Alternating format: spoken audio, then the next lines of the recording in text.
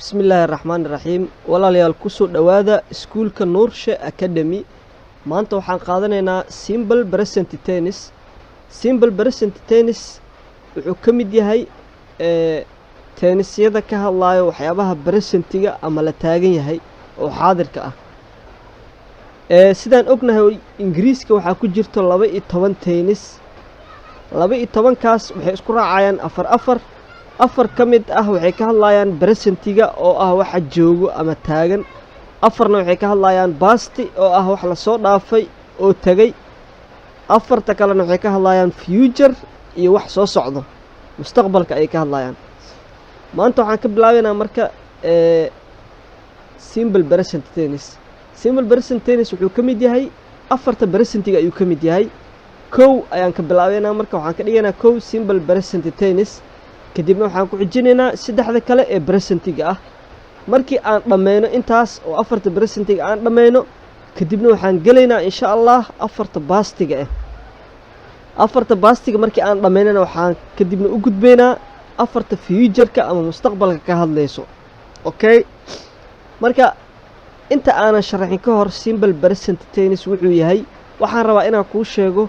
waa inaad ogaatid marka aad rabtid inaad tennis barato waa inaad afar shay barato afartaas shay oo ah kow inaad barato tenniska qeexitaankiisa inaad barato tenniskan muxuu yahay maxaa loo isticmaalaa sidee loo adeegsadaa waa inaad marka hore tenniska qeexitaankiisa barato li'annahu haddii aad rabtid in qof aad baratid marka hore magaciisa iyo wuxuu qabto iyo waxaas oo dhan aad baranaysaa marka tenniskan magaciisa waxaa la yidhahdaa simple present tennis qeexitaankiisa ayaan baranaynaa qodobka labaad oo aad u baahantiid inaad baratid ayaa wuxuu yahay formula wax la yiraahdo formula waxa la qaacidada wax walba waxay leeyihiin qaacido u degsan oo la rabo in aan laga bixin oo la rabo in la raaco qaacidadaas okay marka tenniska formulahiisa waa inaad baratid qodobka labaad qodobka saddexaad waa inaad baratid examples tusaalooyin ku saabsan tenniskaas tusaalooyinka marka hore waa inay ahaadaan hadal iska caadi ah si aad u fahantid hadal iska caadi markaan dhahayo waxay imaan doona hadal aan yani hadal caadi waxa la yiraahdaa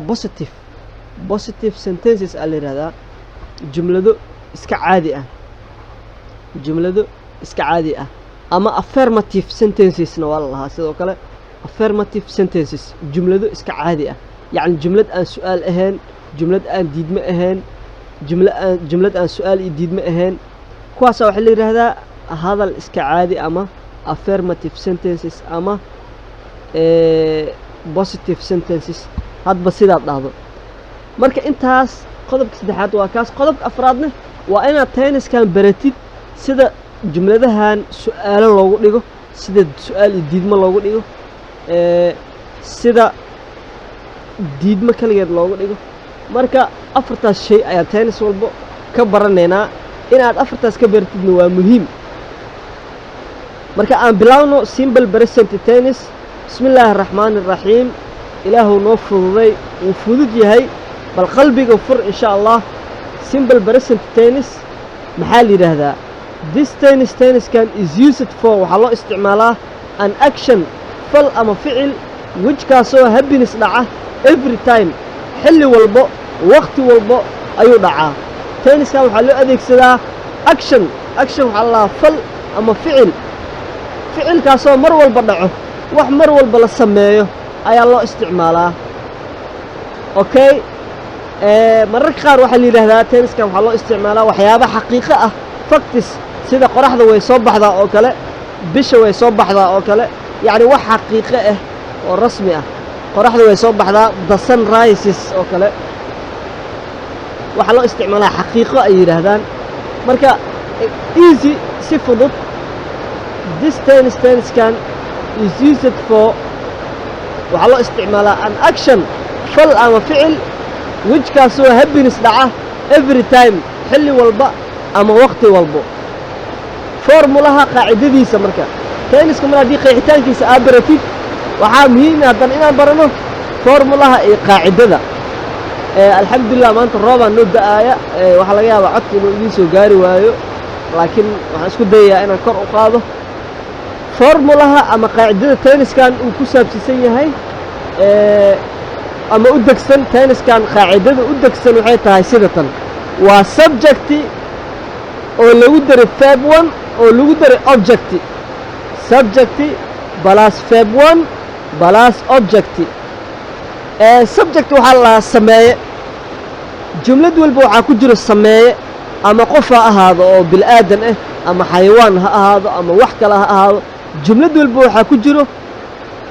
sameeya ku jiro sidoo kale jumlad kasta waxa ka helaysaa ficil marka verb 1 waa ficilka koowaad maxaa la yiraahdaa ficilada saddex ay u kala baxaan ficil joogo wax xaadir ay ka hadlayo ficil tagay iyo ficil soo socdo carabigu wuxuu yiraahdaa maadi mudaaric iyo amr ficil maadi ficil mudaaric iyo ficil amr ayuu yiraahdaa carabiga marka kan verb 1 waa ficil amr ee carabiga dhaan faacilka joogo ama xaadirka ah laakiin ingiriiska present ayuu yiraahdaa wax la taagan yahay present marka verb 1 waaye verb 2 waxa la dhahaa past ayaa wuxuu yahay verb 2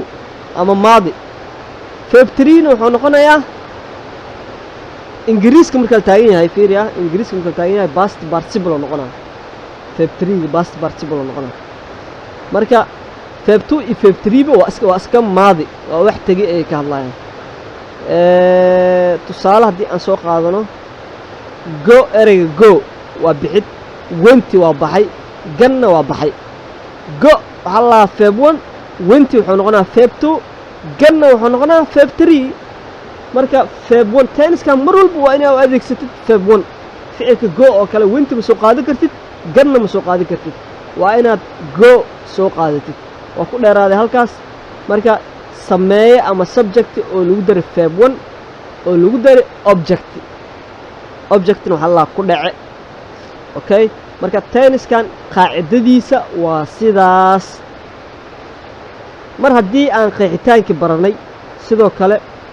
aan baranay qaacidadii tenniskan uu ku shaqayn lahaa waxaan haddana baranaynaa tusaalooyin ku saabsiisan tenniskan examples tusaalaha koowaad ama exampleka koowaad wuxuu dhahayaa sida tan I eat a food I aniga eat waxaan cunaa a food raashin I aniga eat waxaan cunaa a food raashin marka I wuxuu noqonayaa subject ama sameeye qofkii wax cunayo waa aniga I marka I waa subject ama sameeye eatna wuxuu noqonayaa verb 1 sababtoo ah eat marka past laga dhiga ama verb 2 laga dhigo wuxuu noqonayaa ate verb 3giisa ama past participle waxa la yiraahdo verb 3giisa wuxuu noqonaa eaten eaten marka I waa subject eat waa verb 1 a food oo raashinki ah oo wixii ayaga la cunayay ahna waa object wixii wax lagu sameeyay waa cunis ayaa lagu sameeyaa cunis arigana waxaan ahay faacil ama subject verb 1 waa ficil objectiga carabiga wuxuu yiraahdaa mafcuul marka I aniga eat waxaan cunaa a food raashin I eat a food raashin ayaan cunaa jumladan waa jumlad ku dhisan qaacidada simple present tense sidaas darteed waxa ay ka hadlaysaa wax mar walba la sameeyo raashinka mar walba ayaan cunaa sidaasaan ka wadaa okay tusaalaha labaad he asaga plays wuxuu cayaaraa a football kubadda cagta every morning subax walba tusaalaha saddexaad they go to schoolka ay aadaan every day maalin walba they go to schoolka ay aadaan every day maalin walbo okay tusaalaha afraad he he boxes wuxuu feeraa his enemy cadowgiisa. he asaga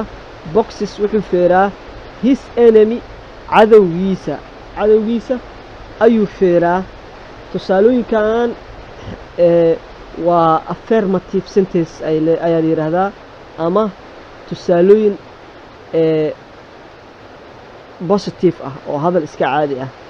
tusaalooyin hadal iska caadi ah waxaa la yidhaahdaa affirmative. waxaa la yidhahdaa affirmative sentences. jumlado iska caadi yacni aan su-aal ahayn. marka qaybtan waxaan ka dhiganaynaa qaybta koowaad insha allah. waxaan rajaynayaa inaad qaybta koowaad aad fahanteen. wixii aad fahmi weysidne waa na soo weydiin kartaa insha allah. waa ka jawaabeynaa wixii su-aal ah ee ka soo noqdo. midda kaleento qaybta labaad waxaan ku qaadanaynaa hadduu ilaah yidhaahdo jumladahan halkan ku qoran sidii looga dhigi lahaa su-aal, sidii looga dhigi lahaa diidmo, sidii looga dhigi lahaa su-aal iyo diidmo isla socdo. tusaale haddii aan soo qaato I eat a food, aniga waxaan cunaa raashin. markaa rabtid inaad dhahdid aniga raashin miyaan cunaa oo su-aal aad rabtid inaad ka dhigitid qaabka loogu dhigi lahaa. marka aad rabtid inaad dhahdid ani raashin ma cuni qaabkii loogu dhigi lahaa. marka aad rabtid inaad dhahdid aniga raashin ma cuni miyaa waa isla tenniskii laakiin su-aal iyo diidmo iyo su-aal iyo diidmo isla socdo. qaababkii loogu dhigi lahaa ayaan casharka qaybtiisa labaad ku baran doonaa hadduu ilaahay yidhaahdo. waxaana isticmaali doonaa wax la yidhaahdo dhuu iyo dhaas. marka insha allah la socod wanaagsan qaybta labaad ee cashirka. wassalaamu calaykum